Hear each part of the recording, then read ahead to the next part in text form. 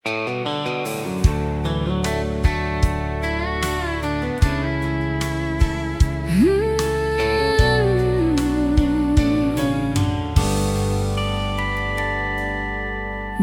una, dumating ang biyaya sa pamamagitan ng mga taong nagpadala ng tulong sa akin.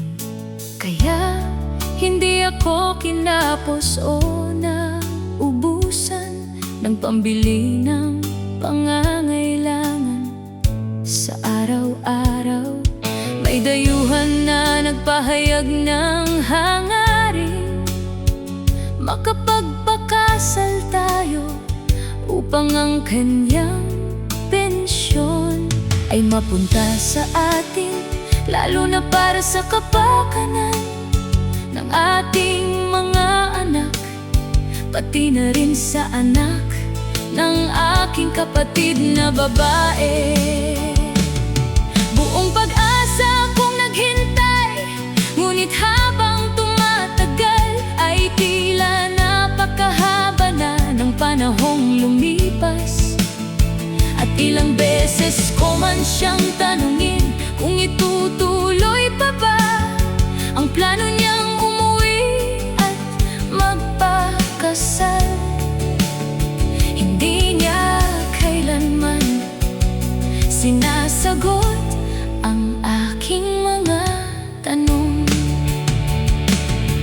Sa huli, napagtanto kong hindi na maaring maghintay pa ang aking puso, kaya't nagpasya akong buksan muli ang aking sarili sa ibang pag-ibig. Isang araw naaalala ko ang aking minamahal. Noong panahon ng high school, ang aking unang pag-ibig na matagal ko nang nakalimutan ang pangalan. Kaya nang makita kong online ang kanyang pinsan, hindi na ako nagdalawang isip pa at nagtanong tungkol sa kanya. Sinabi ng kaniyang pinsan na siya ay walang asawa pa, nag-iisa rin sa pag-ibig, may anak. Ngunit hindi naging mabigat sa kanya ang buhay at wala nang ibang kasama.